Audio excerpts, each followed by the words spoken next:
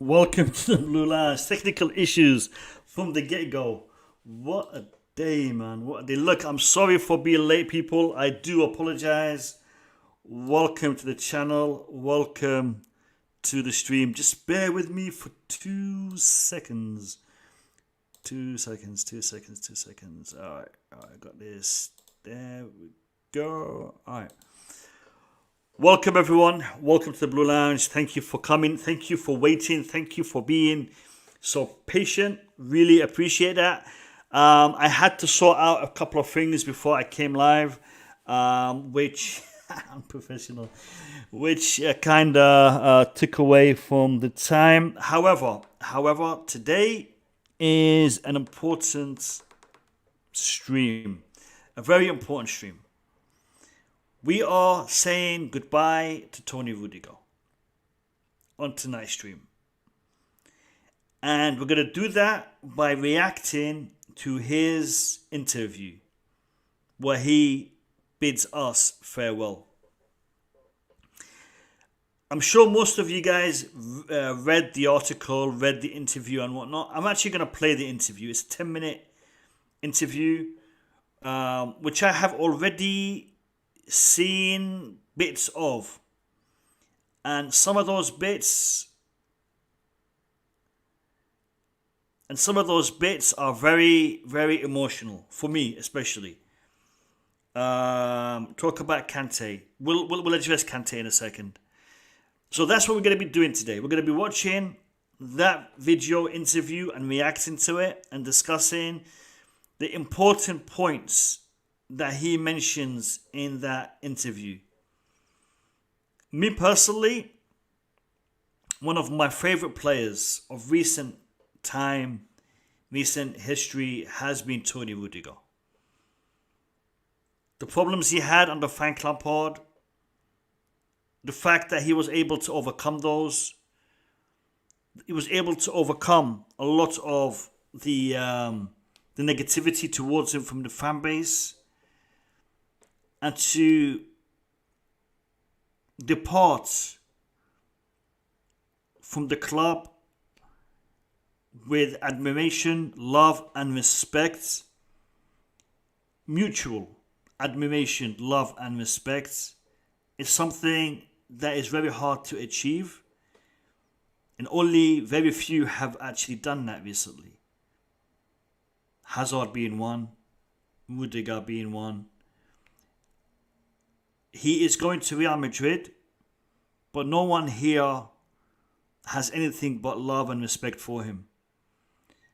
The way he talks about the club, the way he talks about Chelsea, it shows you that Chelsea will always remain in his heart and in his soul. And that is something that is undoubtable, I think is the word. So, we are going to watch this this interview and we are going to react to it together. And then we're going to address what he actually says in this interview, because there's a lot of food for discussion in this interview. Before I do that though, I'm going to ask you guys to do me a favor. And actually, I'm not going to say the favor. I'm going to have you guys write it in the chat for me. What do you think I'm going to ask you guys to do right about now? And as you write it in the chat, tell me if you've already done it. Let me see the comments in the chat. What do I want you guys to do right now? Let me see in the chat. What do I want you guys to do? Tell me in the chat what it is I'm asking you guys to do.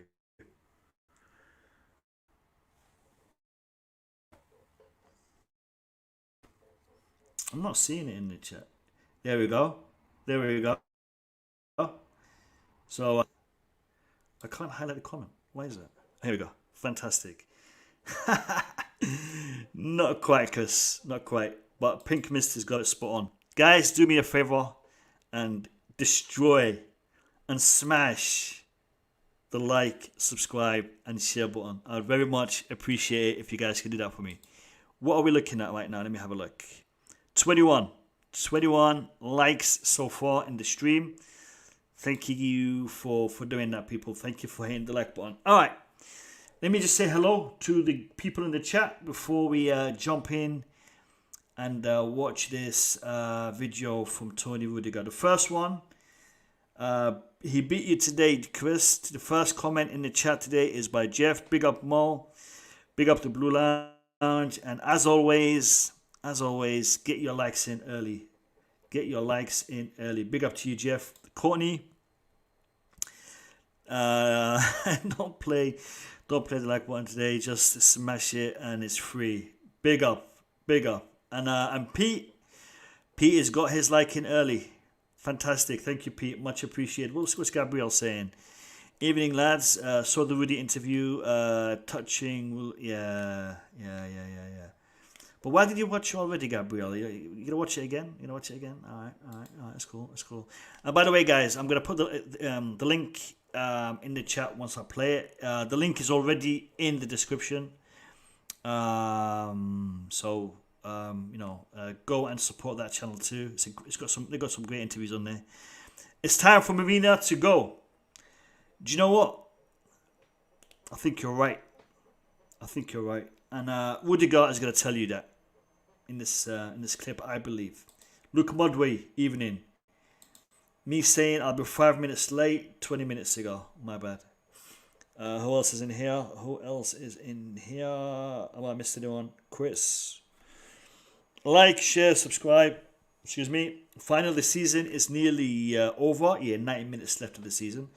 Big summer incoming, and Tuchel needs to be backed. It feels good to be in the lineup game, or to be the lineup game champion. Debatable, we'll see. Hashtag show racism, the red card, free Palestine. Big up to you, Chris. Who else do we have in the chat? ITM. Hi guys, Raphael, Rafinha. You know what? In regards to, Ronaldinho, I'm not sure.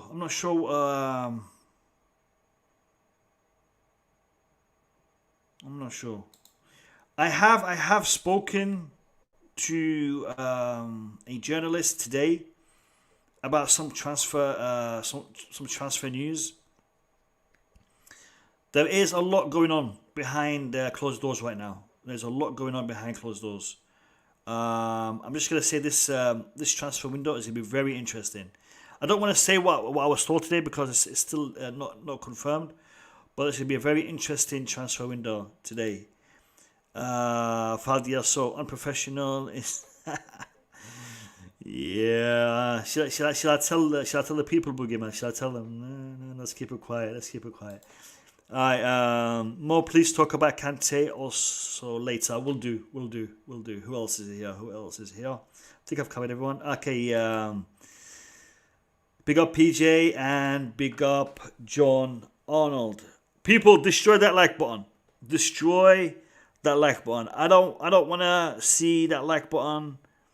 Unless it's been smashed by you. Right, let me have a look and see if I can do this. Here we go. Alright, fantastic. And then do this. Alright guys, we are gonna go into, it's 10 minutes and 27 seconds. Let's go. Tell me if the audio is clear. If not, let me know in the chat. It has been 5 years, not 5 months. A long time. Rudiger going for glory again! Oh, God, he's finally done it! Chelsea gave me the platform to express myself, to show who I am. First Rudiger! And it's Tony Rudiger who runs to the Chelsea fans in that far corner. I decided to take on a new journey. A lot of people are not happy about it. I can fully understand. But what I have to say is I felt your love, especially from the fans. I felt the love of the fans. I felt the love of the coaches I had, and definitely I'm gonna miss everything.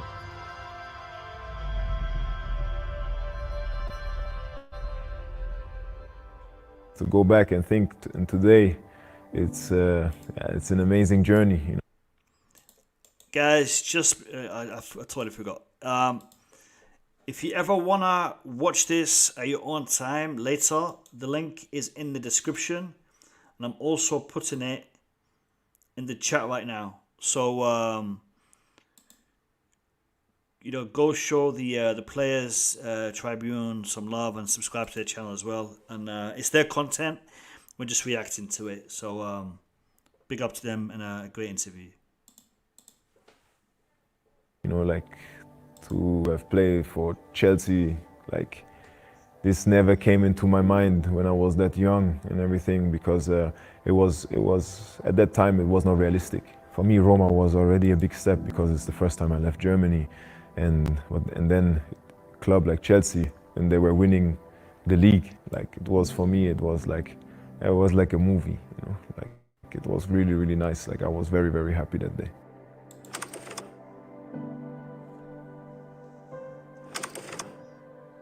My first game in front of like English fans and everything, home fans. This moment I will never forget. Although we lost and everything, but the fans were chanting like Rudy, Rudy, Rudy, and this was for me like a bit like, whoa, okay, so fast, like but this is the way they showed their appreciation, and yes, and I will never forget it because it was for me something quite new. No, it was like that was my moment.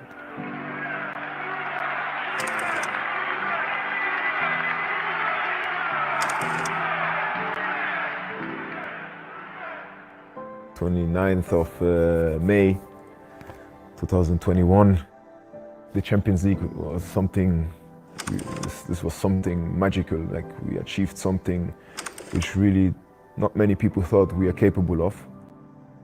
We got into the plane and flew to Porto. It wasn't the same. It wasn't the same like when we flew to, because we played, for example, against Atletico Madrid, we played against Porto. It was not the same, like it was like you felt it in the air. It was in the air, like not everyone was like very focused already, like a day before. After the dinner, like me, Ziyech, Zuma, and obviously myself, we went to pray after, like we were all together, and sorry, N'Golo was also there, Kante. So we were praying, and usually after the prayers, like we sit there and laugh and everything, but like we said just good night, everybody went into their rooms. Yeah, we said inshallah, like by God willing, we will win tomorrow, and then everybody part. I was ready for this because that was my, like from myself, like from where I came, like being at this stage, like the whole year, like from the beginning, I was not playing, I was not in the squad and everything. And then turning my season into that, like that was my biggest pressure. I had to put like the pineapple on the cake. So, and that was my biggest pressure, and I just wanted to win.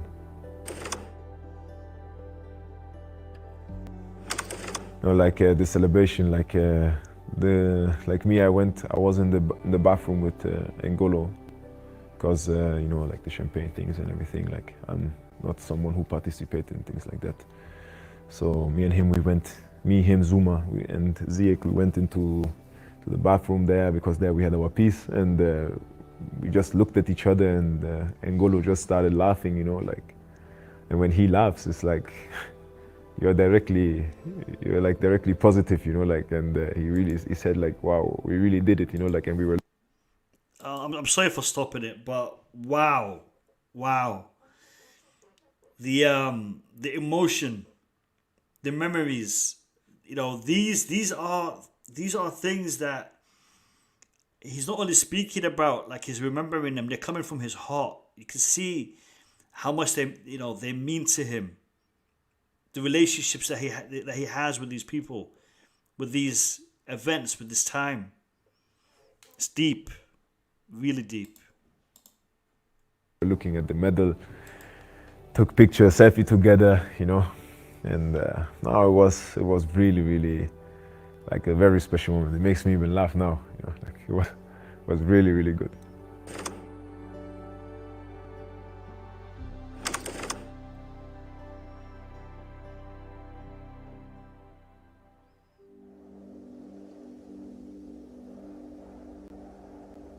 You know, like if the club is run by Mr. Abramovich for 21 years, and then all of a sudden finish, you know, like it's not easy to take, you know, because there's a lot of uncertainty. You know, like everything is onshore. You don't know. Some people maybe, if a new ownership comes, they will lose their job or something like this, and you kind of feel with people, you know, like because like at the end of the day, we have to be professional, but there will come also the time where you see, hey, we are not robots. We are also human beings, you know, like, and we also have things to think about, you know.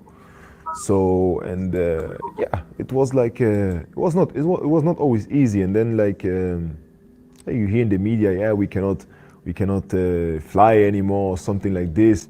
When we read it, when we saw this, we were laughing about it, because at the end of the day, like, what's the problem to drive bus? It's also nice, you know. Yeah, to go with the plane that is a bit smaller. Wow, come on, like this is for me. This is it's not really a restriction, to be very honest with you. I'm privileged. I'm privileged to sit in a small plane, like big or small. Like, come on, like this is for me. I didn't see that as too bad. It was more the uncertainty, you know, like don't know what's gonna happen, you know. Spot on. But also hard for people, like, you know, because you have workers there, you have chef cooks there, you have cleaners and everything, you know, like they don't know what's happening, you know, like you know, like there are people, they have more like a risk of something than, for example, me or my team colleagues, you know. For me, myself, like we were at that time, we were in negotiations. Early August, between my brother and Marina. The first offer, we weren't too happy about it. So, and after that, there was a long gap of nothing. There was a long gap of nothing and a hell of a lot of speculations. So, like, 3rd of January was from August, 3rd of January was the last time.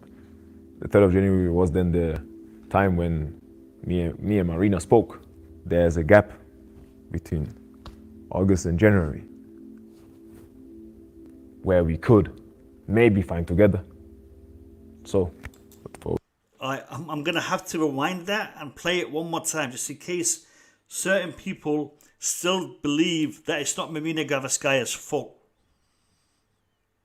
Because people are saying it's not on her, it's not down to her, you know, she did what. I'm gonna play it one more time. I'm gonna play that bit one more time because it needs to be clarified by him, through his mouth, what happened. I'll play it one more time. Play it one more time. First offer, we were, and for example, me or my team colleagues, you know. For me, myself, like we were at that time, we were in negotiations. Early August, between my brother and Marina. The first offer, we were. Limitless. No, I'm not going to let it go because it's going to happen again, and we need to stop it from happening again. And that's why we're highlighting it, mate. We weren't too happy about it. So, and after that, there was a long gap of nothing. There was a long gap of nothing and a hell of a lot of speculations. So, like, 3rd of January was from August, 3rd of January was the last time. The 3rd of January was then the time when me and Marina spoke. There's a gap between August and January where we could maybe find together. So, but for whatever reasons, didn't came to. Then we were in negotiations again. And it kind of go on okay. And then, boom, sanction came. Well, the latest move by the UK government is to sanction the owner of Chelsea Football Club, Roman Abramovich. His assets will be so, and then to wait until June, you know, like, and also with the pressure of other clubs and everything, like, and unfortunately the uncertainty here, you know, like, I didn't want it to wait until June to decide over my future because, like, it's not easy to play the whole season with uncertainty, you know, like, because I didn't know what was happening back from August till now. So nobody saw this sanctions thing coming. So yeah, and then I made a decision.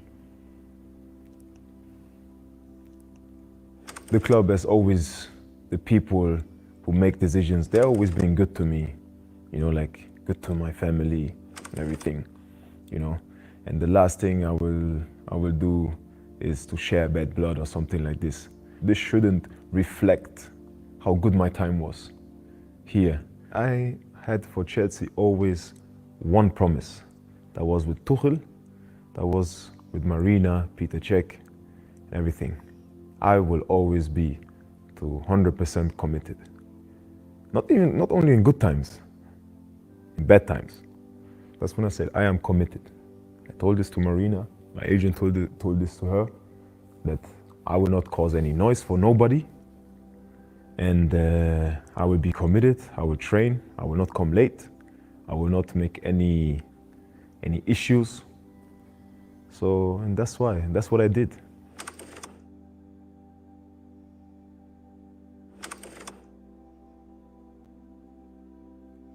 I thank all Chelsea supporters around the world, like all the teammates I had, all the coaches I had. Really, really thank you very much, you know. Doesn't matter, difficult times, good times. I thank everyone because everyone was part of that journey. Always love for this club, always special, this city. I came here alone and I leave with 2 beautiful kids and my wife. And that's why London will always be special.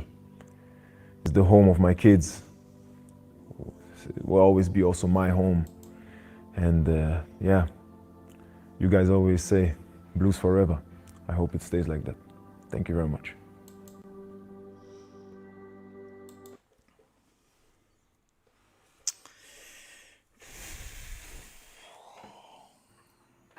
Man, that was deep. That was deep. That was deep.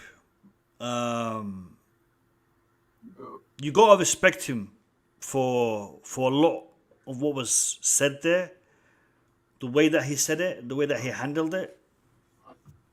He even his last comment in respect to the club and Marina and whatnot. He said, we haven't agreed, we haven't done things in the way that I wanted, but I will continue to be a professional and I will continue to do my job and my work, keeping Chelsea Football Club first. He said, in regards to the deal, his contract, they had negotiations that stopped on the 3rd of January and nothing was concluded or spoken about until August last year. And then they start to discuss things just before sanctions kick in. I gotta say this. Marina has a lot to answer for in respect to the Rüdiger situation. I know people are gonna say, it's done, let's move on. Limitless is one of them. It's done, let's move on, let's not bring it up. And I understand why you say that, Limitless, and why other people are saying that. I understand that. If Marina was going, if Marina was not going to be there anymore, I'll say, forget it. Let's not discuss it. It's done. But there's a chance that she might stay around for this transfer window, possibly even beyond that. And I don't want to repeat that same mistake. And I don't want whoever comes in to think that this is something acceptable. We are about to lose one of the best defenders in world football today. And even if you're saying to me he's not one of the best defenders in world football today, he is definitely one of the best that could be wearing that Chelsea shirt for us in defence. With his attitude, with his mindset, with his dedication, I would not swap Tony Rudiger for anybody right now.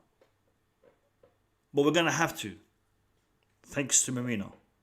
Not my words, Tony's words. Not mine, Tony. I said them in the past, confirmed by Tony today.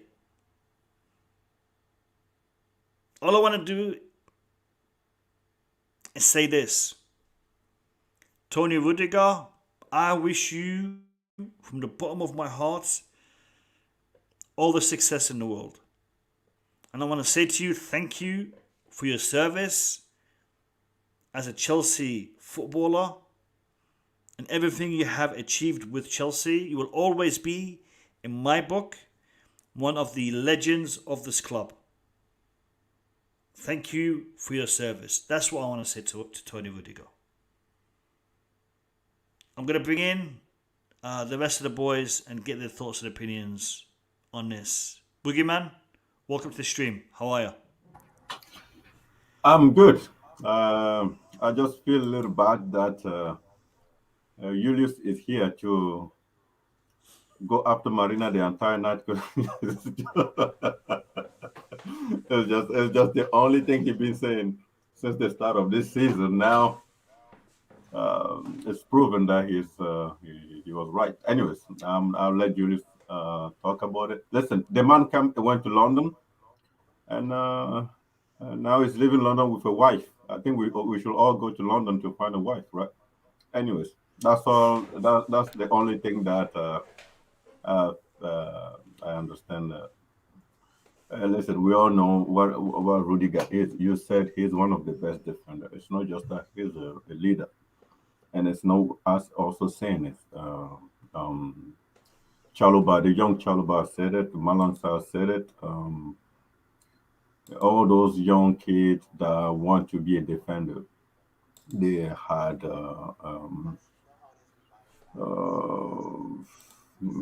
they have the example in front of them, and then now it's been taken away. So I'm not too sure exactly what Marina was doing. It's crazy. It's crazy what just happened. We're not just losing Rudiger, but we're going to spend a lot of money to bring someone in that we're not even sure will be half what Rudiger was for us. So when it comes to the management way, in the management financial decision, it's also not good. The quality and the worst about the whole situation is you have a coach that won the Champions League that keep telling you this guy, I'm relying on this guy to move on to keep this team on top level. Still, you didn't get any urgency to make sure Rudiger signed or give him all the insurances that even with the sanction coming in, we will give you now that the sanction, we will give you what you need. Just stay with us. Give the man some insurances. That's all he was begging for.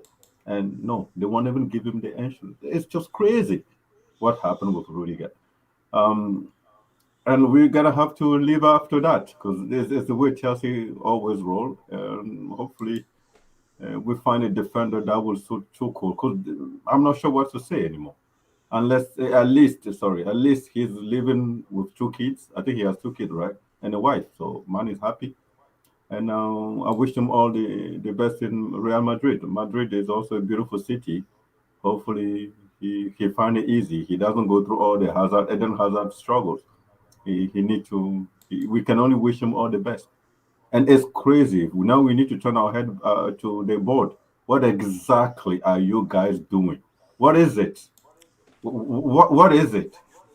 It's crazy. We've been spending money. We're draining our pocket to support this team, and people spending them making millions. He can't even make a simple decision. The obvious one. I understand if you're telling me nobody know if Malansa will turn to be good next season. We know this guy is good. We know the coach said he wanted. Simple decision. They can't even make it. What the heck? What is this? Listen, you have it, man. I'm done. Yeah. I'm just looking at some of the comments in the chat. Look, Mudway says it shouldn't be a witch hunt on Marina. There's always two sides to the story. I agree. Two sides to the story. But the fact is, negotiations didn't go on from January to August. And I know that, there's two sides to the story, but there's none. No negotiations is no negotiations. I mean, what else can you get to say about that? They started to talk just before sanctions, made a little bit of progress, but by then it was way too late. So, that is a weird one. Marina did her best. Unfortunately, her best isn't good enough, Sir Wenger. Sir Wenger Stock. Can I? 1 second. And Simon said Rudiger wanted money. Really? Why would he want money for? I mean, he should play for free, right? He did not want 400k. That's a figure Which that he deserves anyways. He didn't ask for it. He didn't ask. Yeah, but he for deserves that it. money. I just He didn't don't. ask for the money. Listen, Listen. He deserves to get a good paycheck. I'm not going to go into discussing this or that, but the figures that were mentioned to me from reputable sources was that he was going to be offered, and he was offered 275 between 250 to 275. That's what he was offered, and he agreed terms, but it was based on the signing on fee, which again, because of the delay in negotiations, they didn't reach a conclusion. And Rudiger alluded to that in his message there. Let me bring in Julius. Julius, hello, welcome. How are you? What do you think of that message by Tony Rudiger? Thanks, Mo. Very deep words, and it's just very obvious how much he wanted to stay and how much he loves the club. He has a lot of connections, and it's very also obvious that he wasn't very happy about how his contract situation was handled. The fact that he called Marina out in an indirect way. The amount of protection Marina gets is just unbelievable from some of our fan base, because as you mentioned, we should be talking about his contract or be in negotiations with his contract situation 2 years ago, not only a year ago, but let's say a year ago. There was no sanctions. There was none of this. It was all great. We were European champions. Everything was perfect. What she did, she sold half the defenders that we had. She did not renew a single contract from the veterans and the defenders that we have already. And we got into a situation, unfortunately, sanctions came, that the damage is double right now. And yet again, people are failing to see how incompetent this person is at running the club. It's not that hard. Plus, people say, oh, he wanted 400k, blah, blah, blah, blah. So what? How much are you going to pay for a new defender right now? You already have one of the best defenders in Europe. We keep talking about proven Premier League. This guy is proven Premier League. He's won it all with us. He's passionate about the club. He loves the club. And love and passion you cannot buy with money as well. And on top of that, his wage demands were not that high, to be honest. They were nothing crazy. So you look at Koulibaly, for example, which is a decent defender. He's 30 years old. How much people think he's going to take per week? 100k or 50k? Nothing less than 180 plus. Kante, not Premier League proven, good defender. I don't watch him much. I'm not going to start saying, oh, I know him inside out. I don't know much about him, but I trust that a lot of people say he's great. A lot of football analysts on TV, on YouTube, they talk about him highly. I trust their opinions. Sure, he's a good defender. He's going to cost us 60, 70 million. His wages are not going to be that cheap. Maybe, let's say maybe less than what Rüdiger would have got, but you combine his wages plus probably bonuses and stuff that could get his wages increased, and the fee that we're paying for him, he's going to cost us more than Rüdiger. Rüdiger is not even 30 years old, I think. Is he? He's not 30. I think he's 31. Is he? I'll double check. Is he 31? I think so. I'll check. Who's that? He's Rüdiger. 29. He's 29. 29. Rüdiger? Maybe, yeah. I think it was staying he was 28, right? Yeah, he's 29. So that's the thing. Like, we cannot turn a blind eye on a lot of like Lukaku, Saul Niguez, Aspilicueta's contract, Christensen's contract, Rudiger's contract. Unbelievable. He just turned 29 as well. He just turned 29. Huh? And the other thing, Mo, we were saying a couple of times on your stream before, the peak and the age thing is irrelevant anymore. Like he's 29. He's still not even 30 years old. He can still give us 4 solid seasons, maybe more, because he's a very athletic individual as well. So he could even play 35, 36 in a very good condition. So and look at his attitude. He kept. It seems from the interview he wasn't happy with the situation, and he told Marina, "I'm gonna be quiet. I'm gonna be professional, and I'm gonna be 100% committed." I think that is his fault. That's where he committed the biggest fault. Because if he make noise, like Hosnodoy, like all those people were making noise, they will probably got a contract now because they know he's Was not he too going to nice? Was he He too was nice? too Boogie? nice. But again, I don't want to punish him because of that. Because No. from his perspective, he's trying to protect the club. That's how much he cares about the club. The other guy, I'm sorry, Hudson Odoi is one of us. He's an academy player, but he didn't care about the club. He cared about himself. He called it out, and he was threatening to leave if he doesn't get the contract he wanted. I'm not. Correct me if I'm wrong. Yeah, But that's exactly what happened. yeah, so Rudiger was loyal, was professional. And they He use it against him. even under Frank Lampard, when he was not being integrated into the team and not treated properly, he did not say a single word. He waited for the right moment. He waited. It happened. Tuchel gave him a chance, and look what happened. He turned out to be. Last year, he was the best center back in Europe. I don't care what anyone else say. And is it that hard to sort Rudiger's contract? Look, Christensen's attitude, we saw what happened recently. I understand. I'll give it to Marina, straight up. I'll side with Marina on this one. Because his attitude wasn't right. I don't think he's that committed to the club, and he wanted to leave. Rudiger never wanted to leave. And it wasn't about the money. He didn't ask for anything crazy. He's not a volunteer, man. He needs to make a living. When he's at this level of his game, and he sees other defenders who are worse than him getting paid more than him, it's ridiculous. Man, Can we just look at how much they offered Maling Saw? 120,000 a week. Is Maling Saw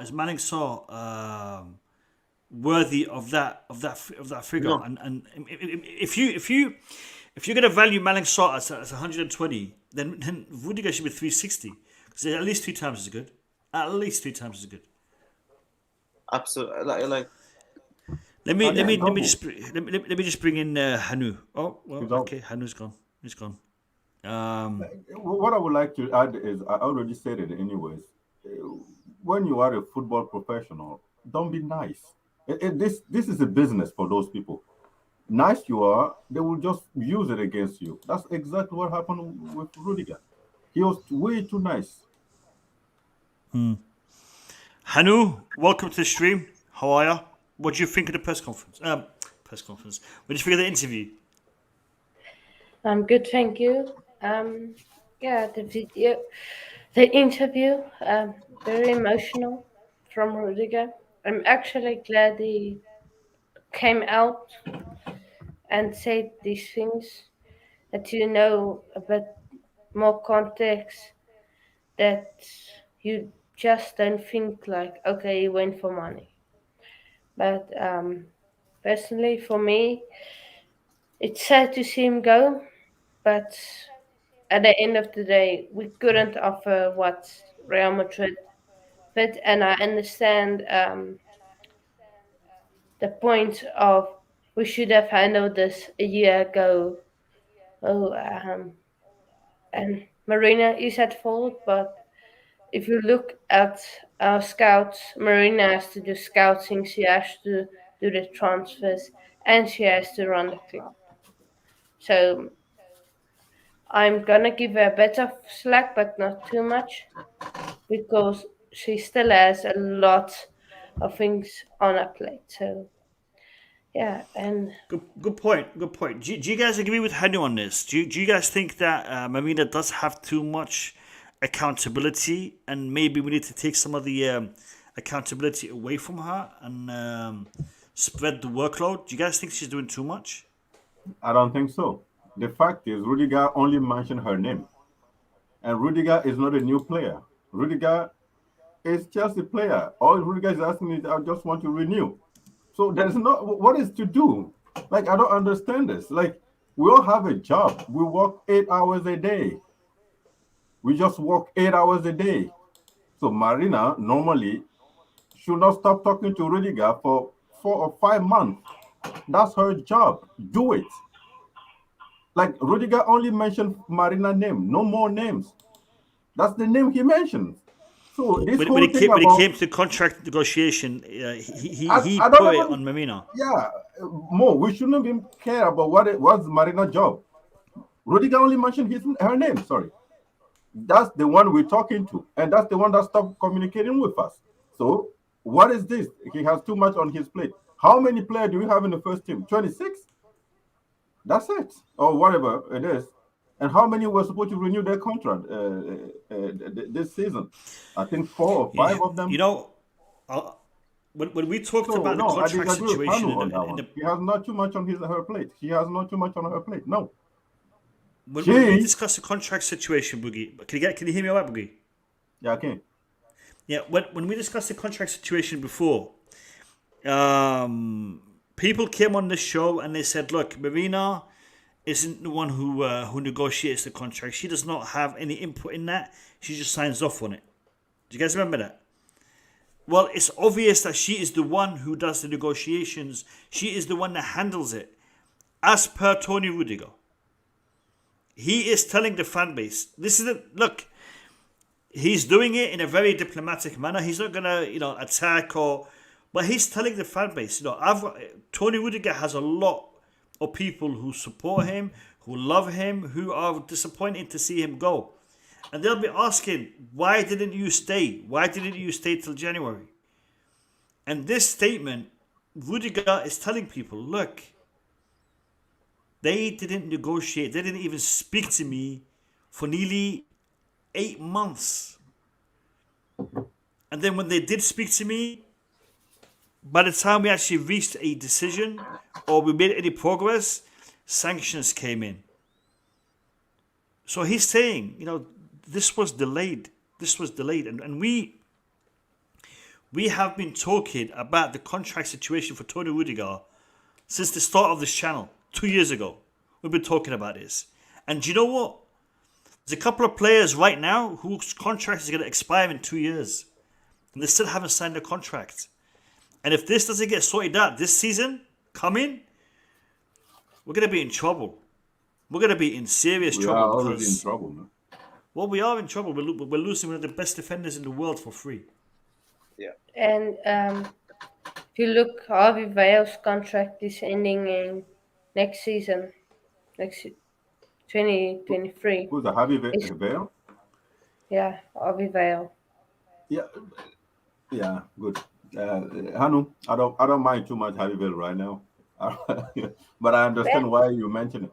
But the thing is, my issue is this: if we call Marina human resource officer or whatever that thing is, there's a lot of people that manage a company with 200 people.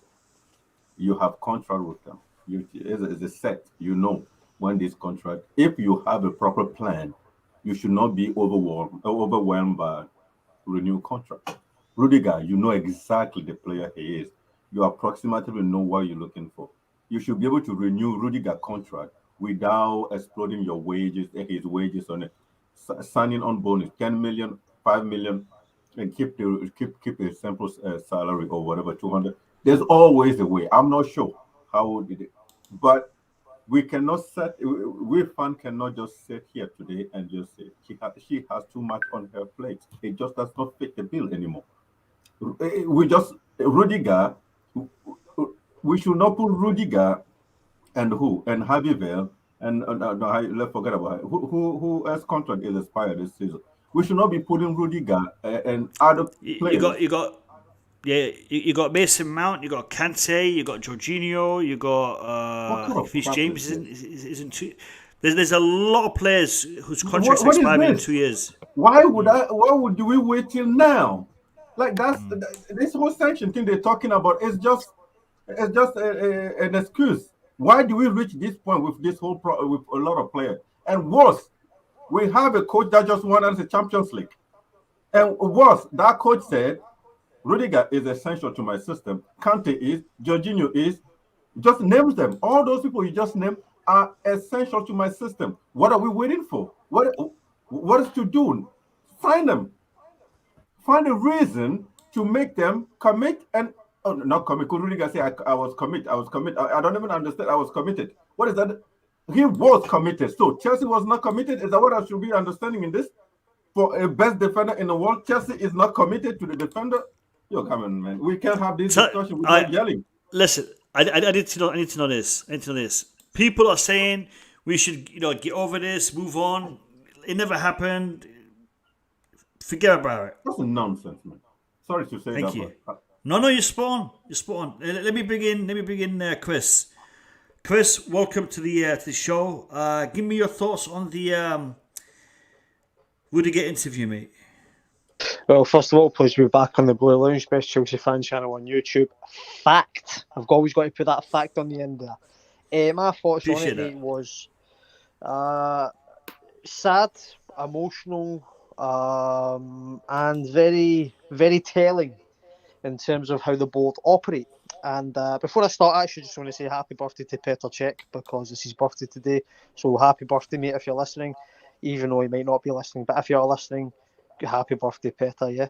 Anyway, right, so the interview, yeah. Right, look, for me, every time that Rudiger's played, I'm going to talk about under Tuchel because I'm not going to speak about the times before that, because it just wasn't working under the likes of Conte, Sarri, and Lampard had issues with him.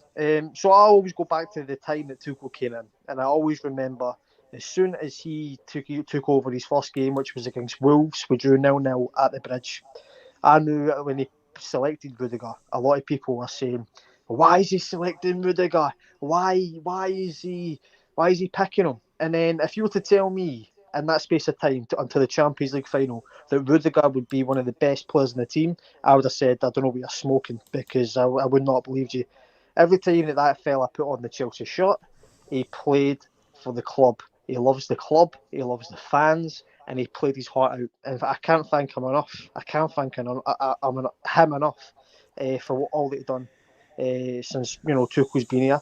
And it just shows you that, for me, the most important thing is when you put on a football shirt, whatever club it is, whether it's Chelsea, whether it's a team in the Championship, a team in the lower leagues, in the Italian leagues, whatever, you always play for the badge. You always play for the club because you're getting paid to play for the club, and that's what you should always do. So when you get players like Chris, listen, mate.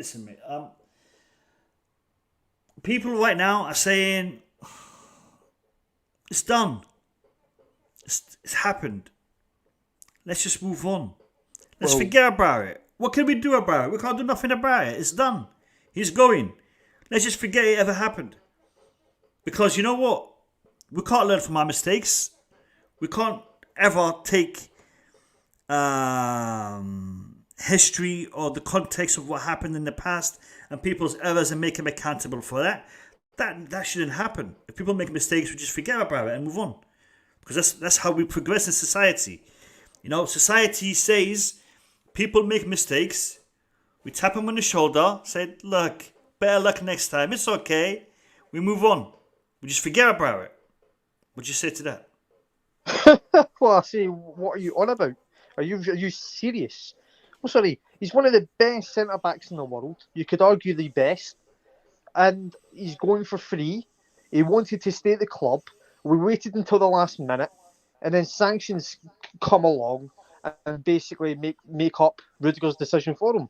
Okay, so what? Because he's going, we just turn a blind eye to that? What are you on about? Because you know what? When it comes to the likes of Reece James, what is Reece James on? He's on 60k a week when we went for the wages. So when you've got the likes of Hudson-Odoi, when you've got the likes of Saul Niguez, who comes in and puts lackluster performances, when you've got Lukaku doing interviews and he's on 325k a week, when these players are not performing for the club, and you get players like Reece James, who's on 60k a week, the same problem, the same situation is going to happen again unless we get it sorted. So no, we can't just say, "Oh, Rudiger's gone. Let's forget about it." Let's focus. Chris, we've learned from our mistake, man. Of course we have. We've got new owners coming in, and they're not going to make the same mistakes again, are they? Well, I hope not. But no, we can't just. This is. No, but we shouldn't talk about this, because by talking about it, they might make the same mistake, innit? So we should leave it. Of course. Well, mate, look, whoever's saying, everyone can have their own opinion, but whoever's saying that this is not an issue, well, guess what? Chris, I'm being sarcastic here. I know you are, mate. I know you are, but I know. No, I know. But the point I want to make is this.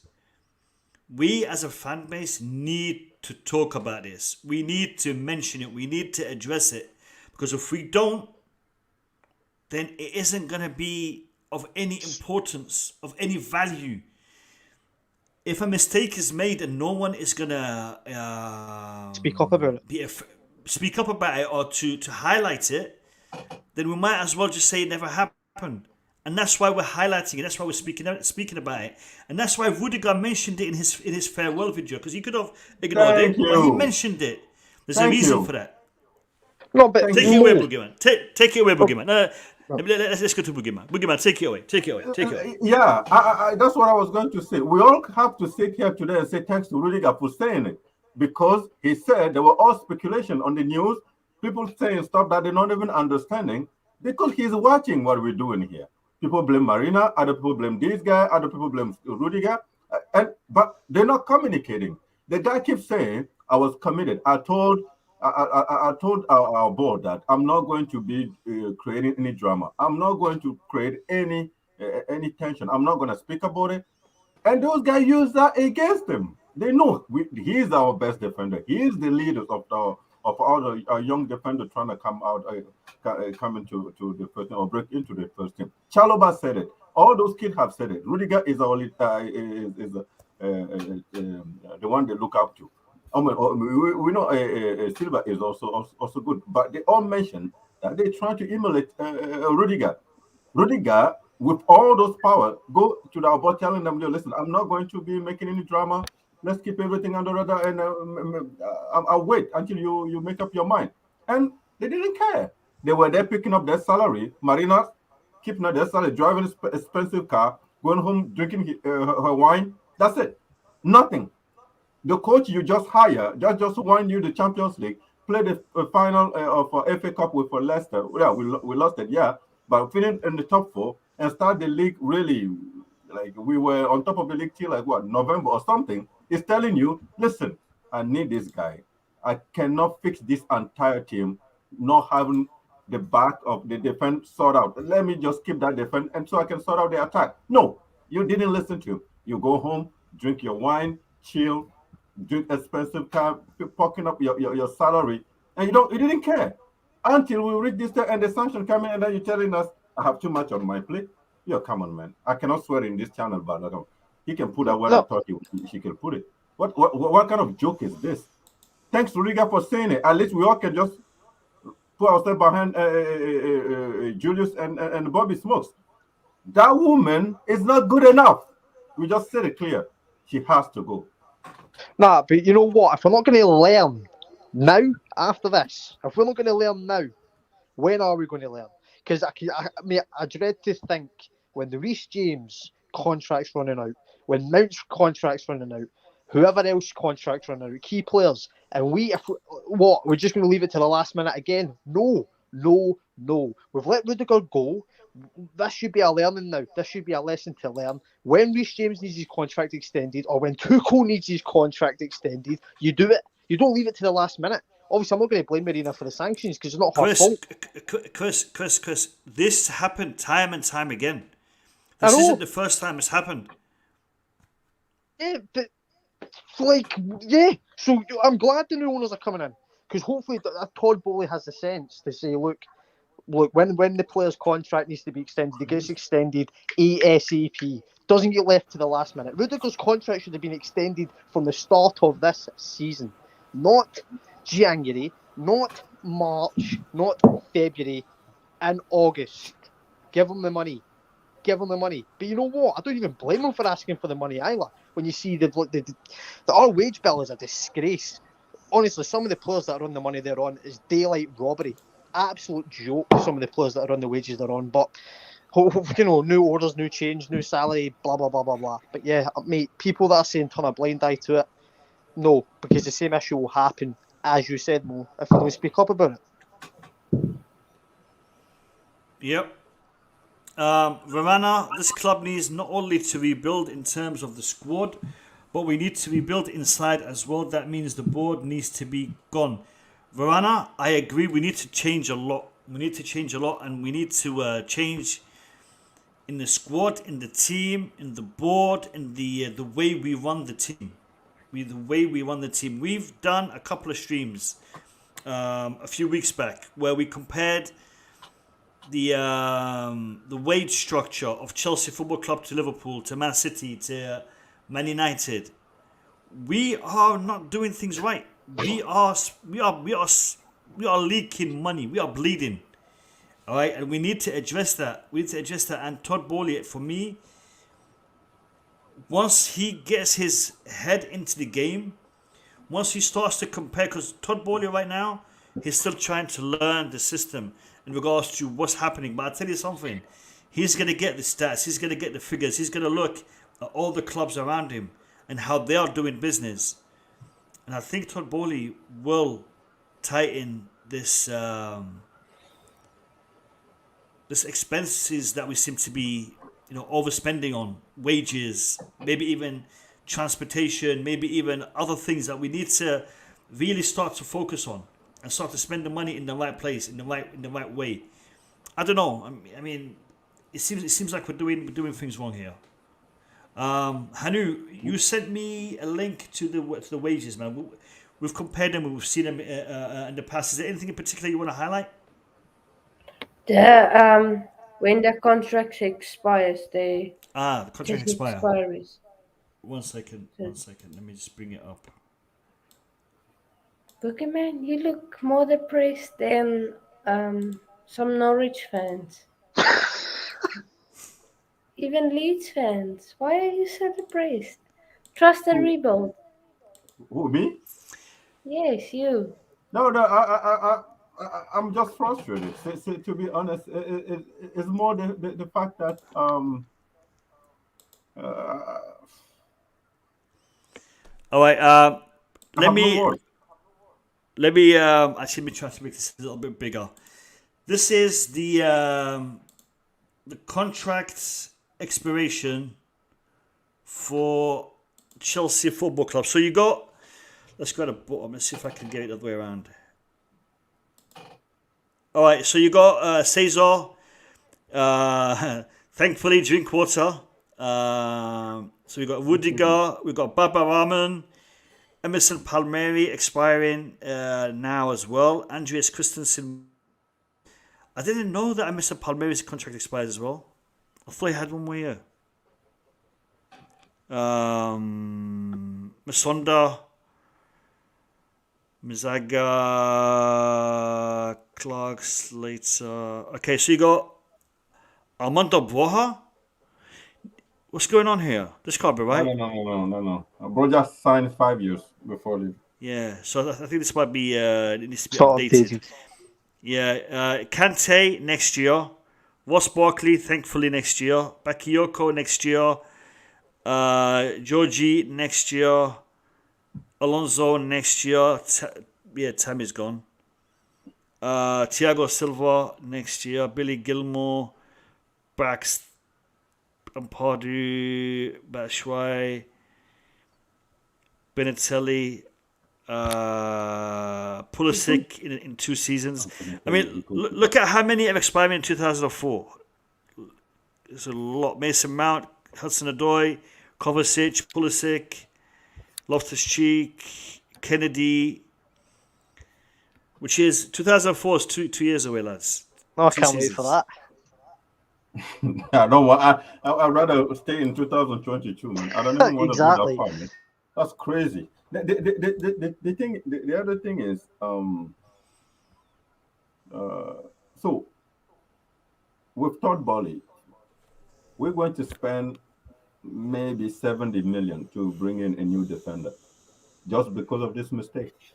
And that defender, we're going to pay him what? Another 200 something, pretty much the same wages Rudiger won. And no, someone has to pay for it. It cannot just. I don't understand this whole thing about keeping Marina and Bruce Buck in that position. It cannot be the case. Like if he started this way already by keeping the. I know he cannot just fire them today or tomorrow, but just this is is a firing offenses. They have to go. It's too much. We're not talking about 1 million. We're talking about what 70 million. Whatever transfer fee we're going to buy, we're going to spend on a new defender. It has to be on Marina, and she just have to go. As simple as that for me. I'm done. Yeah, they're staying They're staying short term, innit? I agree with that, by the way, with Bowley coming in. I don't agree with him coming in and firing on him straight away until he has a ideal replacement coming in. I don't want him to be sacked and then there's no chairman to the required quality. But Mo, I seen a tweet actually.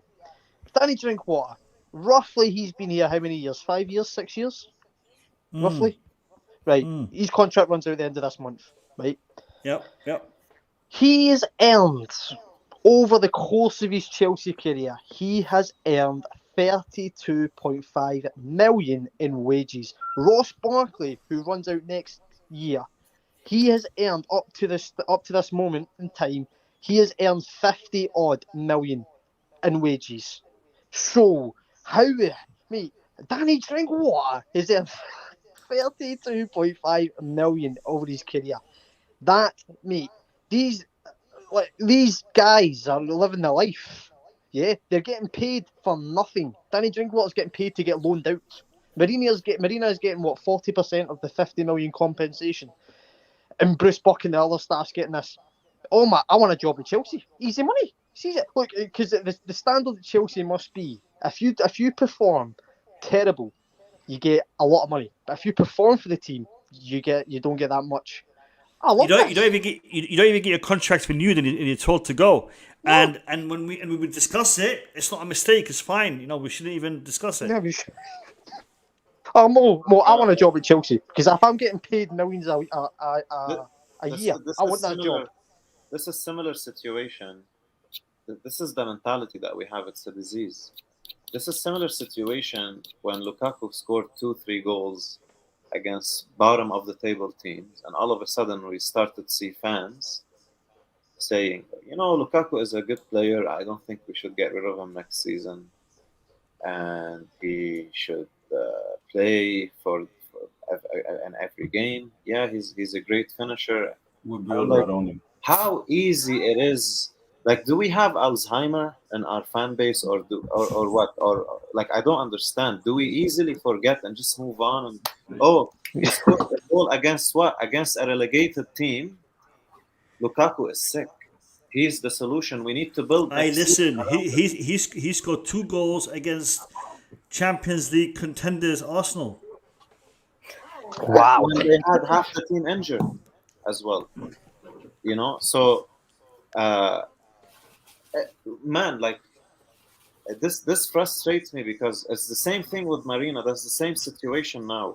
People always want to talk about how great she is when it comes to selling players and negotiations. No, she's not great because she has signed so many crap players on high wages that of course she's gonna have to sell a couple of them, and it's gonna look like, look how I'm gonna ask you this question, Julius. If we were to sell Lukaku now, how much would we get for him? Approximately. Can you repeat your question? If we were to sell Lukaku now, how much would we get for him approximately? 50 mil, 60, I'll be happy. Let's say 60. Let's say 60. So that's a 40 million pound loss, correct? Now, had Marina have put that 40 million pounds on top of what we were prepared to pay for Erling Haaland last season, do you think we would have got Erling Haaland last season? Absolutely. So would we be in a better position right now? 100%. So why are you disrespecting Marina, man? Yeah, but it's not just that. It's the fact that we went for our number one target, and he was not available, and we did not put structure in place uh, to get him next season. We just bounce out and spend crazy money somewhere else. But And because we're arrogant, and because we our self esteem is shattered, because Haaland didn't come when we want, then we went spend on something. Like sorry, but spend the, something, but we the spent. boogeyman, this What is shows this, man? that these people have no idea what they're doing. Literally, They they don't. have they don't understand business. I'm sorry, they don't. And I am in a place to judge them this way. And it's better now, Mo, by the way, to sell Lukaku than keeping him. It's gonna cost us less. We discussed it before, yeah, and I agree. And Financially, it would cost us more to keep him than it would to sell him. and by the way, just to go back to the point where we want to always trying to find a loophole to defend Marina. She have signed, like, look at it: Kepa, Higuain, Michael Hector, Papi Gibologi, Lukaku, Saul, Zappacosta, Baba Ramen. People forgot about Falcao. People forgot about Pato. People drink water. Bakayoko, Morata. How many? How many? This is unbelievable. Great Over players. in less than 10 years. Less than 10 years. Look Yeah. how many horrible signings we have made, and they're not cheap. Bakayoko No. costed over 30. He was the second most expensive player in our history at some point. I think in Butshiwai, same thing. Like, that's not counting their wages. That's not counting the opportunity cost and all the problems we have faced as a club and as a team having these players, which also resulted in the sacking of great managers. And then she goes and sell Morata, the player she signed, expensive as well, and she gets most of the money back. She's a genius. Unreal. Good job. She sold Eden Hazard for 150 million. Genius. Amazing. Man, Madrid were willing to pay 150 million for him. It's not like she said, come take him for 150 million. Madrid wanted to sign him. It was a very political signature for Madrid. And if you watch and you follow Madrid, you know how Madrid they are. Some of their signings are there is reasons behind it. The way they run is different. So Julius, just 1 second. Jim, I'm going to save you from typing all of this, yeah? Go in the group, click on the link, and jump in here, man. Instead of typing everything, just come in here, man, and let's have a chat. We're Let's saying have a all chat, this Jim. Big up to you, today. Jim. Today, Tuchel said, Kante is my Mbappe. Kante is our whatever. Listed pretty much the long name of the player that Kante. How Kante is important. Let's wait till 2023, 2 months, and Kante goes to PSG, and we all here biting our lips again. Like Tuchel saying, I need those players. Keep him. Even if you think Kante is declining, there's a reason why Tuchel want him to stay. If you think Rudiger is just having one of the best seasons in his entire career, maybe next season he won't be good. Listen to your coach, and it's not the fact that he just talking. He won us the Champions League. We've been chasing that trophy for how many years? Of course, we won one 2012, but we've been chasing it. He won us one, and we thought we have a team enough to compete Do in you, the do league. you, Boogie, do you think that Marina Graverskaya could actually hinder Tuchel building his team? He's doing it already. She is doing it already. It's not even like I think. Yeah, she is. You just lost to Rudiger. Did you see how many games that guy played for Tuchel's system this season? Did you see how Tuchel talked about Rudiger when he found out he was going to leave? Yeah. He was almost going to Like, cry, no, so man. don't even ask that question. Rudiger, Marina is working against our objective, our whatever objective, our goal we set. That woman is working against it. That's the problem we having. So anybody that keeps saying, "Oh, she has done good business," I do not care. Either you know how important Rudiger is, and you understand the sacrifices you have to go through to keep him. If you do all you're willing to do all the sacrifices to bring Lukaku in, you should be willing to keep Rudiger, the back end, the Should guy I that. should I make a prediction? What else? Do you guys think this is another account for Showtime? Probably. Who's that? Limitless. Who is? I think Limitless might be Showtime. Yeah, but Showtime, you can come on, man. Who's Showtime? Why are you hiding? Showtime. He used to come on the panel way back. From America, I think from New York. Big Marina supporter, big Marina fan. Do you remember him? Remember. Yeah. Yeah, Mo, you can I should ask you come a and question, defend your Mo? Marina now. Listen, I'm not saying that just because I mean, Limitless. Marina, it's not, If I'm mistaken, I apologize. But a lot of your comments remind me of Showtime. So if it is you, it's you. If it's not, it's not. You know.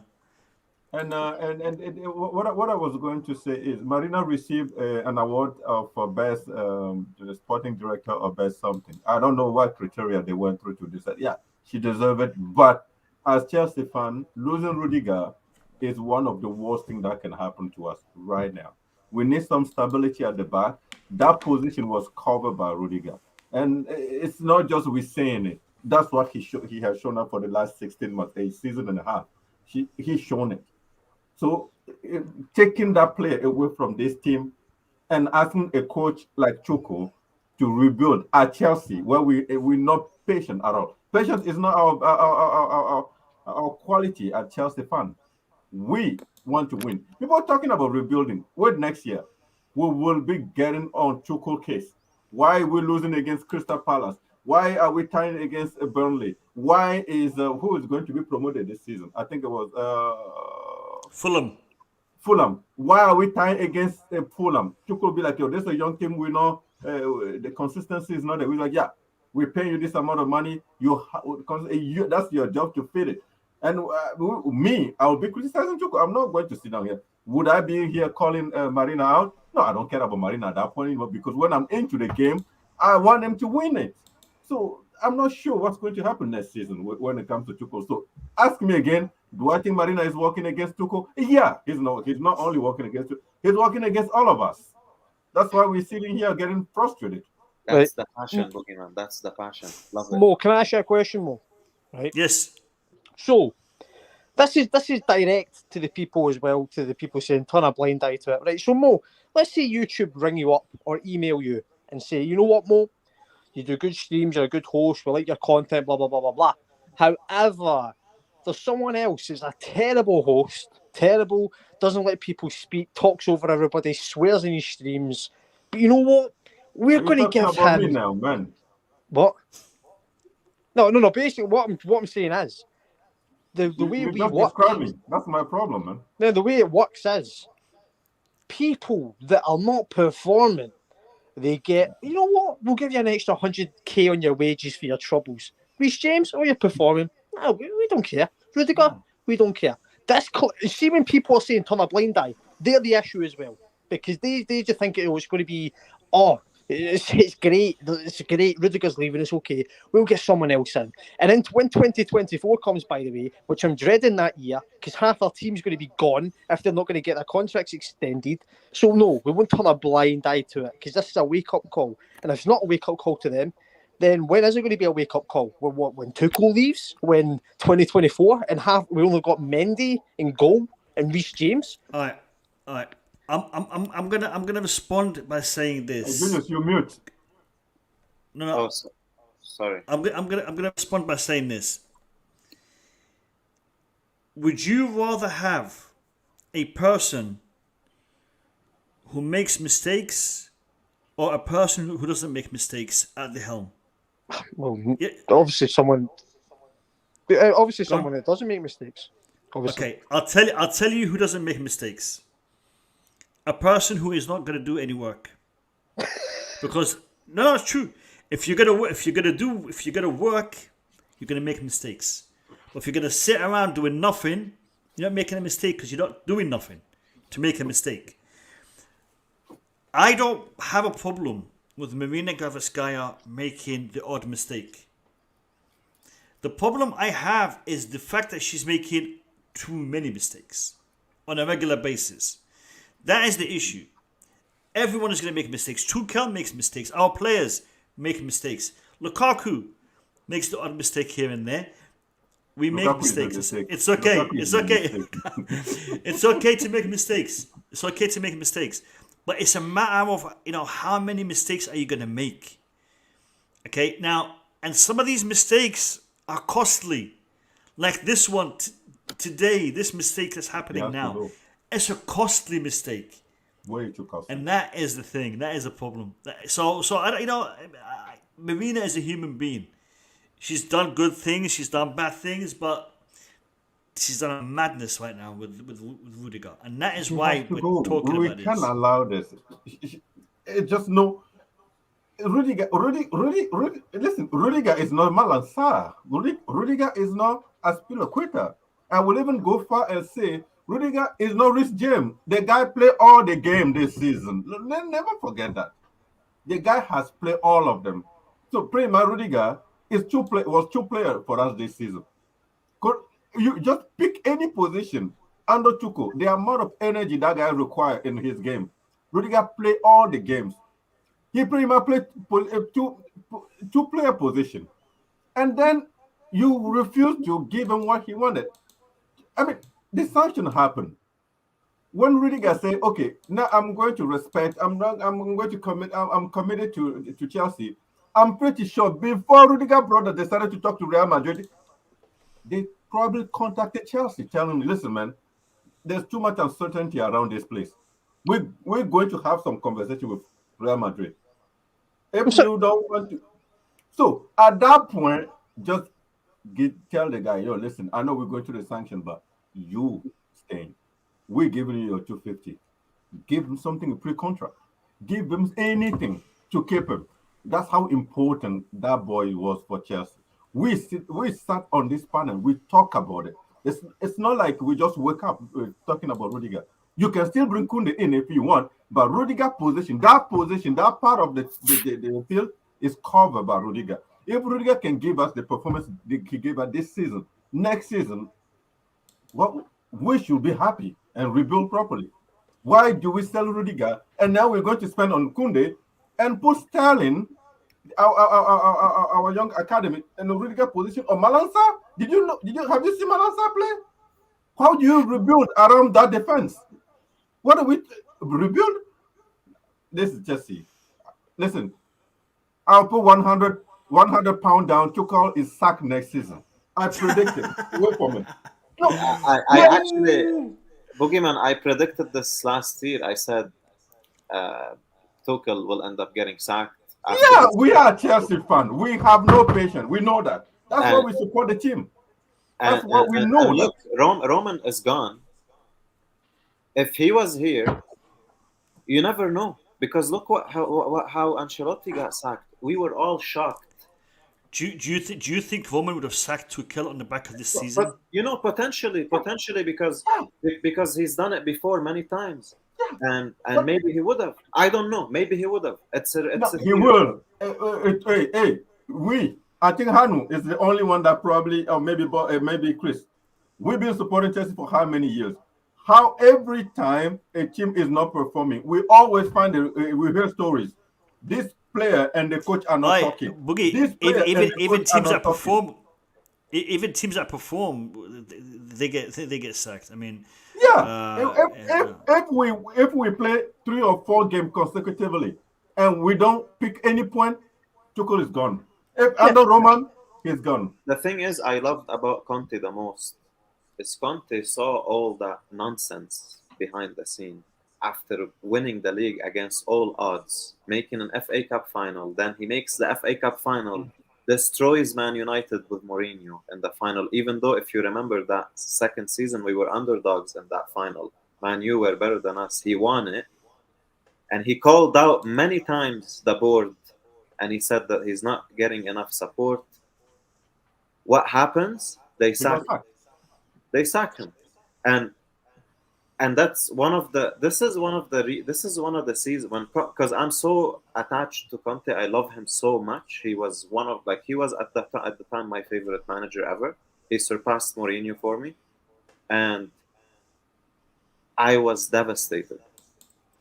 At some point, I told you, Mo, before, I was roaming out because I was sick of that system.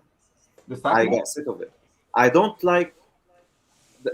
It's just cutthroat, no loyalty, there's no. In fact, that's the reason why I love Chelsea the most. That's why I love Chelsea. The thing is, there's no string attached. The result is not there. Someone has to go. That's my way of thinking all the time. Boogeyman, Mo, to answer your question, right? Yes, he would have been sacked this season, but Roman didn't care, right? Roman would have got rid ASAP. And to touch on Abbas, I've seen Abbas's comment there saying that the reason why Rüdiger is because of the situation with Lampard. Lampard's been gone for a year and a bit now. It's got nothing to do with Lampard. Year and a half. Yeah, a year and a half's got nothing to do with Lampard. The fact is, it's obviously the situation with the club. And to touch on Hanu's comment, I can't believe Hanu just commented that Boogeyman at the wheel. If Boogeyman was in charge of this club, we'd be liquidated. So come on, we can't be saying Boogeyman at the wheel. Come on, Hanu. Yeah, man. You want my job? No thanks. Exactly. No, but still, seriously, how do you say this? Todd Bowley is the new owner. If even next season, it's not going to be about Todd Bowley at the end of the day. It's always going to be about how the fan base reacts. And it's always going to be about, are we keeping our history or the prestige around the club? Is about winning mentality. If Boogie, I want to focus on this comment, and I think this is something you're definitely going to agree with. Big up to Courtney, by the way. I'm glad this came out before the new owners take full control and we get into the transfer market. Spot on. Because the new owner, what he is getting in regards to briefings, in regards to information, is, I'm going to say, limited. This statement, Rüdiger is able to make it because he is going. He's got 90 minutes of football and that's it. He's gone. He's able to make the statement, and he's done it in a way where he is able to express himself because he knows the true fans are going to back him and are going to support him. And they are going to take that statement at its value. Todd Bowley, mate, you got to be careful. You don't want to make those mistakes again. You don't want to have half a dozen players on the roster who cost the same as the other half a dozen who are playing for you and who are getting paid more than the players who are actually playing for you. Okay? We've got players who are getting paid literally to sit on the bench, and they're getting paid millions. Some of these players that we're actually paying not to play, if you add up their contracts, you can field a couple of teams in the Championship and maybe even in the Premier League. So this is not a joking matter. We don't need to be paying these players to sit on the bench. Believe me, we don't need to be doing that. So it's definitely good that it came out today, Courtney. Yeah. Big up. And it has to be clear to our players, the Mason Mount, the Reece James, and the Chalobah. Listen, this is a business. It's not because you love Chelsea that you have to shut up. You talk about it. They don't renew your contract. Make a scandal. Say, if it's not done, I'm out. Don't just sit there trying to be nice. They will use it against you. Because I have enough with this whole thing. Rhys James and Mason Mount always said they love this club. They would like to be captain. They anything that happens is a ride or die for Chelsea. No, tell this club, if you don't respect me, I'm out. Because that's how they think it. Unless Marina is gone, don't do that. Don't commit yourself. Don't let your love for this club dictate how you behave. They don't renew your contract on time. Make them clear. Let the fan know something's going on you don't like. Don't just say, okay, I'm not going to create. No, create it. We're rebuilding. We need to see what's going on. We cannot just sit here till your contract is expired. Then you leave, and then we're like, oh, what's happening? Then you come out and give us the reason why you're leaving. No, make sure we know before, and it will help us put pressure on this board. Because they're a bunch of crap. They don't even know how much sacrifices we're doing to follow this team. What kind of joke is this? Yeah, definitely a lot needs to be addressed and a lot needs to be ironed out and sorted out before this transfer window coming. Talking about the transfer window coming, I can confirm that there will be a show starting on the first day of the transfer window, June 10th, Friday. That show will be a weekly show on the Blue Lounge. We will be broadcasting a transfer news update show with a special guest. More details will be announced very soon. More details will be announced very soon. It's going to be a special show, a different format than what we're normally used to, but it's going to be every week. And we're going to be giving you exclusive information every week. And I will allow you all to interact and to get access to that information every Friday night. It'll be a Friday night show. Details will be coming out soon. All right, we're working on the show, on the format, and the way that it's going to be presented to you. So more details will be coming very soon. Make sure you subscribe to the Blue Lounge. This transfer window is going to be exciting, and there's going to be a lot of information coming your way direct here on the Blue Lounge. Hold on, did I miss something? Only, are you serious, Courtney? Really? Wow. What's happening? 58 likes? Really, people? That's disappointing. Actually, you know what? I'm not going to do a Friday night transfer show for you guys. I'm going to cancel that show. I'm cancelling that show. Yeah, 58 after likes. all those emotions I pour out. After all of that. 58 likes, Boogeyman. After all of that, yeah? I mean, I think I've probably got a lot of Marina people watching the stream, and that's why I've only got 58 likes. No, but seriously, people. I mean, you know, I'm trying my best here for you. You know, I'm trying my best here for you. So do me a favor, make sure you hit that like button. And Courtney, thank you for letting me know, because I didn't even check until I saw that message. So boy, you know, I'm getting a journalist to come on and, you know, do you a great transfer show on a Friday night, you know, for the whole transfer window, because transfer windows is like normally boring and whatnot. But I'm trying to do something for you guys. And look, there will be regular streams throughout the transfer window. We're going to have a match preview tomorrow, and then a post-match on Sunday.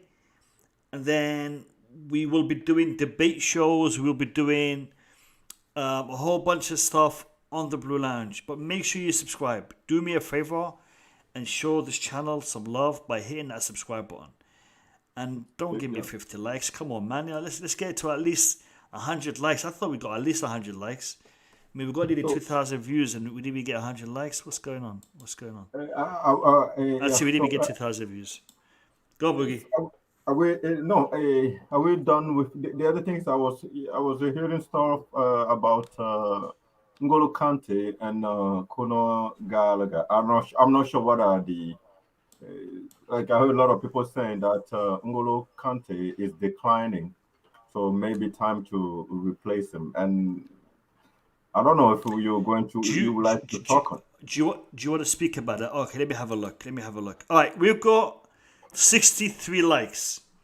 If we can get it to 75 in the next couple of minutes, we will continue for another half an hour on the stream, and we're going to address N'Golo Kante. If you can give me another, what is it, 7 likes, I guess? 6 likes. 6 more likes? Actually, no, 11 more likes. 11 more likes will give you another half an hour worth of stream.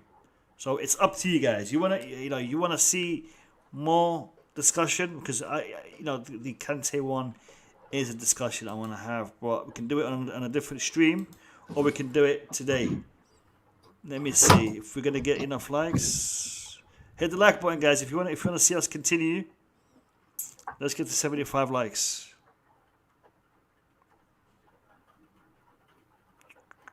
Are they hitting the liking button? The like button. I'm just checking now. Actually, one disliked, so don't forget it. Disliking. They don't want to talk about Kante. That's fine. Do you guys want to talk about Kante? Do you want to talk about Kante? If you want to talk about Kante, hit the like button. Boogeyman, yeah, the likes are coming in. Yeah. All right. In regards to Kante, what do you wanna address, Boogeyman? Yeah. You can lead this. I have a different view when it comes to our midfielder.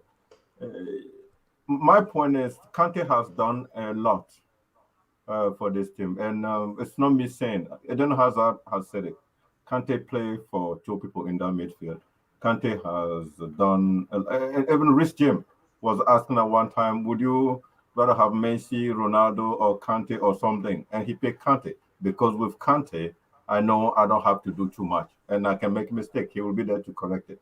Yeah, lastly, he's not be able to do all those against Real Madrid. It was his pass that was misplaced, and then Real Madrid, I think it was Modric that make that sublime pass to Benzema.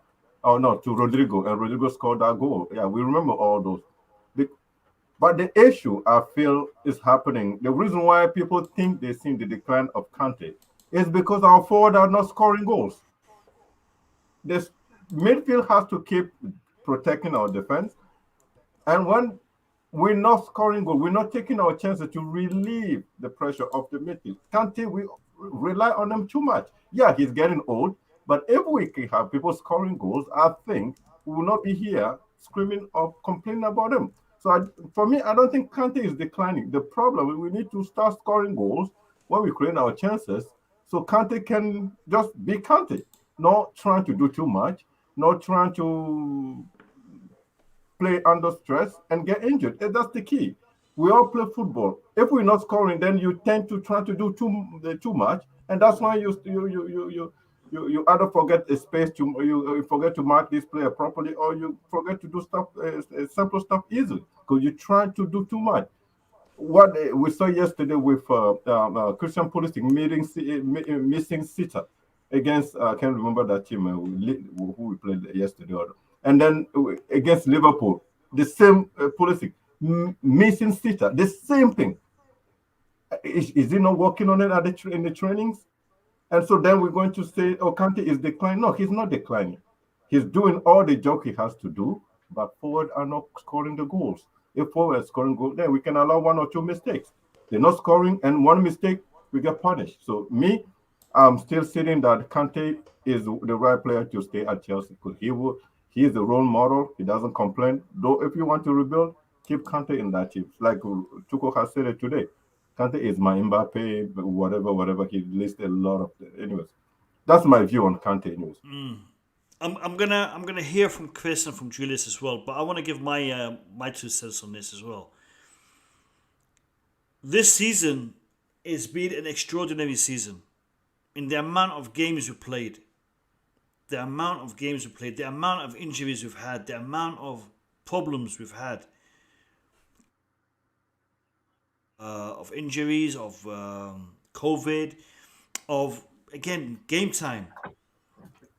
I don't think Kante is at fault. I don't think Kante is declining. I think Kante is tired. just like every other player in the team right now. We played, 63, 64 games this season? That's a lot of games. So, Kante's playing style, the way that he performs on the pitch, is he runs a lot. He's very active. Kante's attribute is his pace, his movement. And that is naturally going to suffer with the amount of games he's been played. Is he declining? No. Is he aging? Yes. Is he slowing down? Maybe. Should we be looking to replace him? Should we be looking to get rid? No. Why? Kante's 31, I believe. There is a lot of miles left in those legs. I think we need to utilize him better. I think we need to add more depth to our midfield. Right now, we only have Jorginho, Kante and Kovacic who can play in that role. So 2 of them need to be playing every game. 1 of them is rested. 2 of them need to be playing every game. You're going to tell me Saul Niguez came in, Loftus-Cheek? No. Top quality, you've only got 3.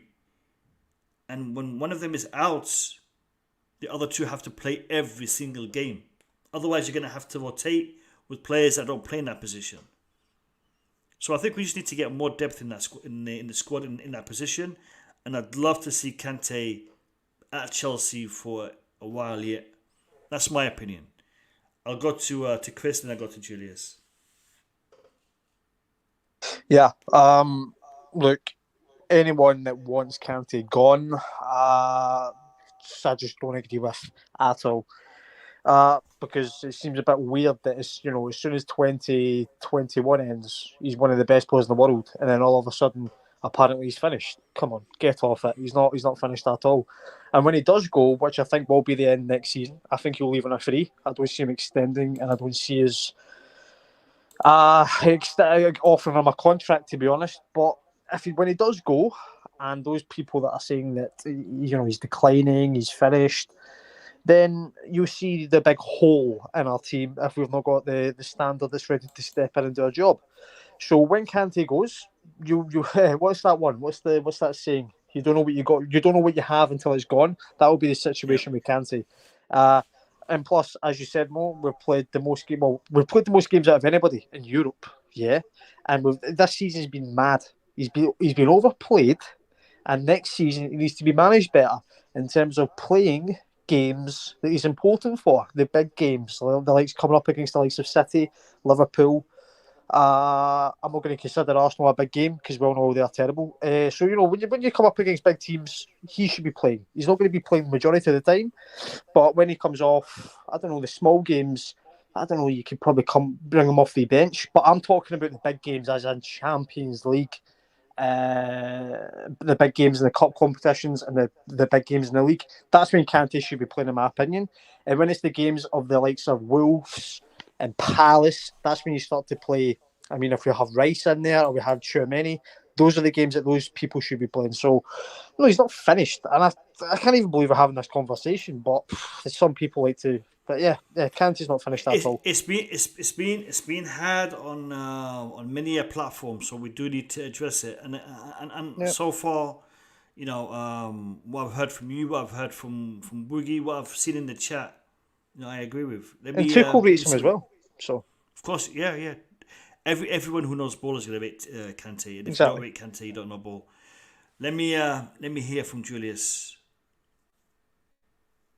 Yeah, Julius, you there? Yeah. Just got stuck on the mute button. I agree with Chris. The thing is, I like to look at things in a different angle. When I look at the team situation, I like to look at the major issues that are setting us back as a club to compete for the league, to compete on multiple fronts. And you ask a simple question. Is Kante a problem? Is Kante holding us back? No, he's not. Because Kante is we talk about depth. You are getting rid of one of the best players on the squad. Among the maybe I don't even know if there is anyone else on that squad that I could actually say he's world class. Kante is world class at what he does.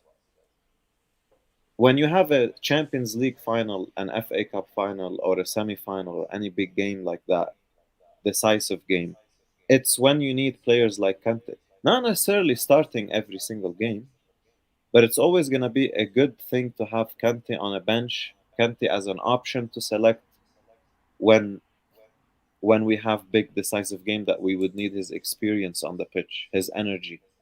Yes, he gets injured. With a little bit of better management, we can avoid these injuries. We don't have to play him every single game. And I think Tuchel has done a fantastic job overall with how he managed Kante. The other thing is, uh, this is a message, a very genuine message from me to the Chelsea fan base. Let's not think of the team like we play with FIFA, basically. And let's be objective with how we analyze the problems at the squad. There are many problems. Among them is scouting. So people don't say it's all about Marino. So yeah, I'm calling out the chief of scouts at Chelsea, Scott McLachlan or something his name. Marina, Bruce Buck, and the rest. I'm calling out players who have a bad attitude, who complain, who are not working hard. Someone, and you know what? Someone, I'm gonna say it, Lukaku. I don't think Lukaku has the right attitude at the club, and let's not uh, paper the cracks just because he scored a goal or two recently.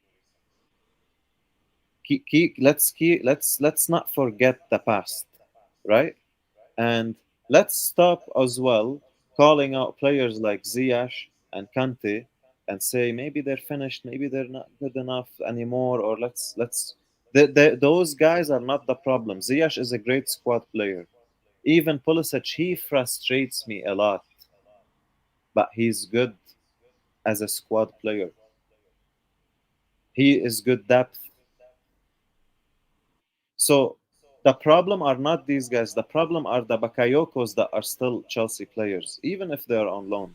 Drink water, because they're taken away from the transfer window. We forget about these players because we don't hear about them much. But why do you think we come up in the transfer window and we say, oh, we can't sign this player, too expensive, or budget restraints? Because you have a lot of useless players who are collecting millions of pounds every year, tens of millions, that are not doing or contributing or adding any value to the squad. So management is very important. Kante, please forget about it, people. He is not the problem. He is a fantastic player, and on his game, he's unplayable. All right, all right. I'm gonna give Boogeyman the last statement. I know Boogeyman wants to comment on Conor Gallagher, so I'm gonna give Right. Boogeyman the last statement before we end the stream. Go ahead, Boogie. Yeah, I've heard and also read a lot about uh, the idea of the fact that Connor does not fit into Tuchel's system, and I was a little shocked when and I've been said in a few stream also that Connor Connor is the is not. best player for Tuchel's system. Yeah, he said Connor. The people say Connor is not a six, he's not an eight, and he's not really an attacker. So he Tuchel that he has no place in Tuchel that so people came to the conclusion that Kuno should be probably be sold and so we can finance a proper midfield like a Tchouaméni or uh, Rice or whatever or Kunde or whatever. And I just find it offensive because Tuchel has not used them yet. And for what we've seen so far for Conor, if Conor Gallagher was just a player in EPL, and that good, and he wasn't Chelsea player, we will all be begging for him to come to Chelsea. But because he's a Chelsea player and he's an academy, we think we know Tuchel's system so much that a player of that quality cannot fit into Tuchel's system, which I just don't understand sometimes. That's why Boogie, I like to talk Conor about it. Gallagher. I just don't understand it. You see, for me, Ziyech is a player that we don't have a replacement for in the team. What I mean is, Ziyech does things that other players can't do in the team. Yep. Conor Gallagher is the same ilk. Conor Gallagher, for me, is one of the best box-to-box players that I've seen in a very, very long time. Conor Gallagher, people, he's a 6. No. He's an 8. No, actually, no, he's a 10. He's all of that. Conor Gallagher is a box-to-box player. He can shoot, he can defend, he can pass, and that's what you want in a midfielder. And I think Conor Gallagher is definitely a player that fits Tuchel's system. Tuchel will be able to adapt many a system, many a tactic for with Conor Gallagher in the team. Varana is saying Seedorf. I'll say Essien. What do you? Let me get some input and Julius on this. We'll just say what you cut out then, mate. I was just saying, can we get some input in regards to Conor Gallagher from you and from Julius? Yeah. Your thoughts on Conor? Conor Gallagher, I rate him very highly. I don't know. Well, I can see why Tuchel loaned him out, but I mean, I think he would have been a very valuable player for us this season, considering how many games we've played and the performances he's shown for Palace. But I'm very excited for him to come in, because if he's performing, no disrespect to Palace, but if he's performing for a team like Palace and he's producing what he's producing in terms, not just in terms of his assists and goals, but in terms of his work rate and the way he's playing for them, I can't wait to see what he does in a world class team, a mega club like Chelsea, and a world class manager like Tuchel. I want to see how he handles the expectations at Chelsea, because again, I don't want to keep disrespecting Palace, but the expectations at Palace and Chelsea will be miles apart. So it'll be good to see how he handles the expectation. So I rate him very, very highly, and he should not be sold and he should not be loaned out. I know people are saying with Frank's links to Everton that, potentially he could be going to Everton. If Everton are willing to offer a lot, and I mean a lot of money, then he won't be going, and I hope he doesn't go. So yeah, I rate him very highly, Mo, and it'll be good to see him in the team next season. Broja needs to be loaned out again, but Gallagher will stay, definitely. All right. Julius, thoughts on Conor? Julius, you there? Mute. Yeah, he might be away. Yeah. So yeah. Anyways, thanks for. And the other thing is, I don't think Broja should be loaned out, and so we will have that conversation some other time. I'm pretty sure it's late for this one. Yeah. Thanks for having me. It was. I need you, Julius, and Chris to stay behind. There's a couple of technical things we need to discuss. So don't go. People in the chat. Thank you all for being here. Thank you all for smashing that like button. We didn't get 100, but we got 74, so that's all right. Not too bad. Thank you all for being here. If you're new to the channel, please consider subscribing. And we'll be back tomorrow evening with our match preview for Chelsea Watford, the last game of the season. Hopefully it's not as exciting as the one before Leicester's game. Listen, guys, I didn't do a match review for Chelsea Leicester. I'll do it now. It was a boring game. That was it. That's my match review. So don't say I didn't do a review. I did a review. It was a boring game, and I literally was knackered and I couldn't, do one yesterday. So I did it today. Hopefully we'll do one on Sunday night. But thanks to everyone. Listen, guys, and people in the chat, my regulars especially. I don't have to agree with you all the time. You don't have to agree with me all the time. It's good that we disagree because I that's don't how we're agree going to with learn. myself. That's a different issue. We'll discuss that later. No, but seriously, the fact that I don't agree with the people in the chat is good because I'm going to learn from them. And if they disagree with me, it's good because they're going to learn from me. If I have offended anyone, I apologize. It's not my intention. We are here to learn from each other. We are here to express our views and to educate ourselves together. We are on this journey together. So again, thank you all for your comments. Whether we agreed or disagreed, I appreciate them all. Have a good night, people, and I will see you all tomorrow evening. Take care of yourselves. Stay safe and peace.